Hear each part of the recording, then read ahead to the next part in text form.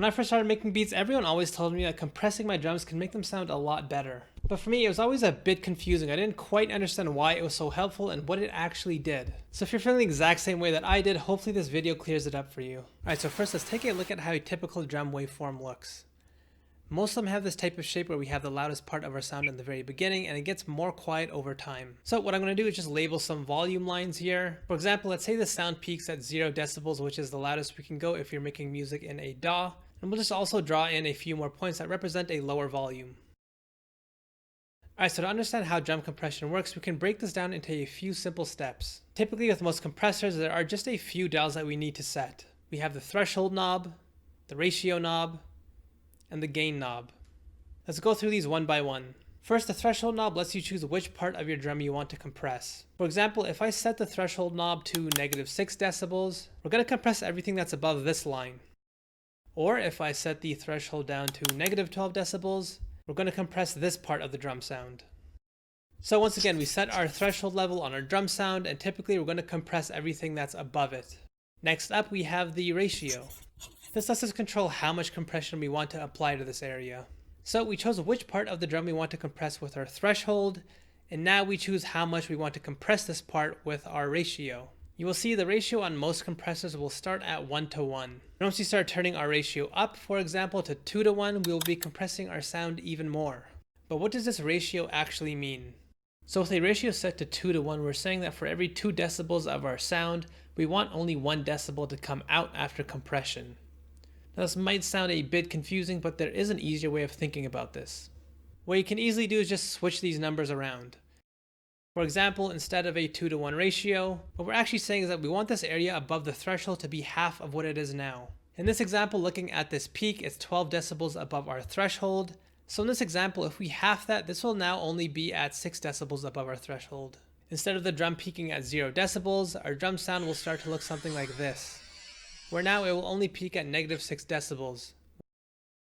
Now hopefully this makes sense. Let's go ahead and turn the ratio up to 3:1.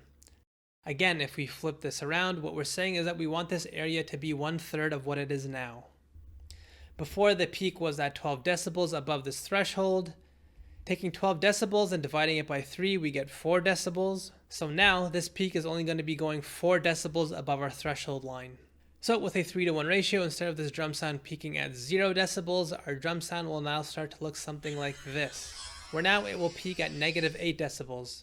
Because again, our threshold line is at -12 decibels, and after compressing the sound, it's only going to be going 4 decibels above our threshold line, which gets us to -8 decibels. Hopefully that didn't confuse you. If it did, I'm sorry to hear that. All you need to keep in mind though is that the higher the ratio, the more your sound will be compressed. But you might be thinking to yourself, how does this actually help? You've always been told that compressing your drum sounds make them sound better, but here all we did was make it more quiet. What was once a loud drum peaking at 0 decibels is now a quiet drum peaking at -8 decibels.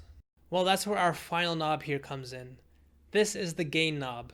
What this does is it basically takes your entire sound and it just makes it louder. So in this example, if we turn the gain up 8 decibels, now this peak is going to go all the way back up to 0 decibels. And you might be wondering once again, what was the point of that? Our drum was originally peaking at 0 decibels in the first place.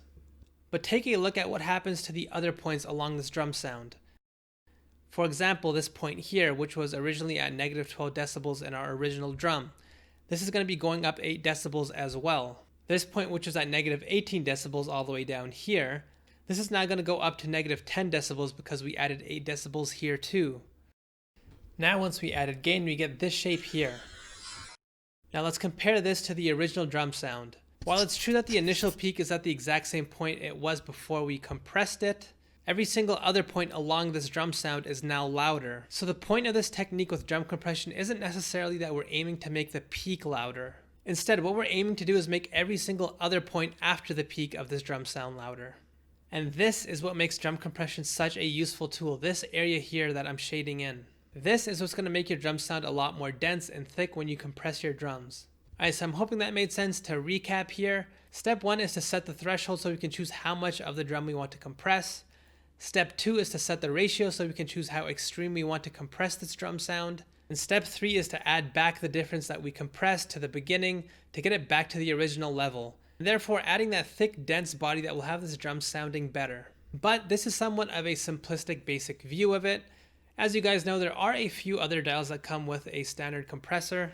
We have the attack, the release, as well as the knee. So I'll explain these one by one as well. You guys remember when we set our threshold, we were choosing which part above this line here we want to compress. With the attack, you can sort of think of it as which part to the right of this line we want to compress as well. Essentially, the attack will let you control how quickly after your sound reaches the threshold will the compressor actually turn on and work. Now with drum compression with this technique, you want to have a pretty quick attack time.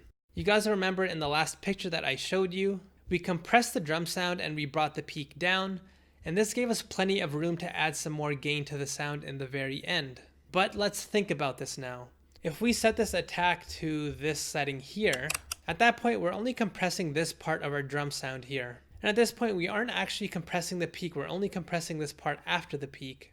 So when it comes to the step where we take our gain knob and we want to boost our sound back up, we have no room to play with the gain after we compress the sound. Our drum peak is still really high. And this is why setting an attack time that's late won't really help us with this type of drum compression. I'd recommend setting a pretty fast attack time so we can make sure that we include the peak in our compression. That way, once we compress it down, it gives us plenty of room to add gain back in. The second knob here is release.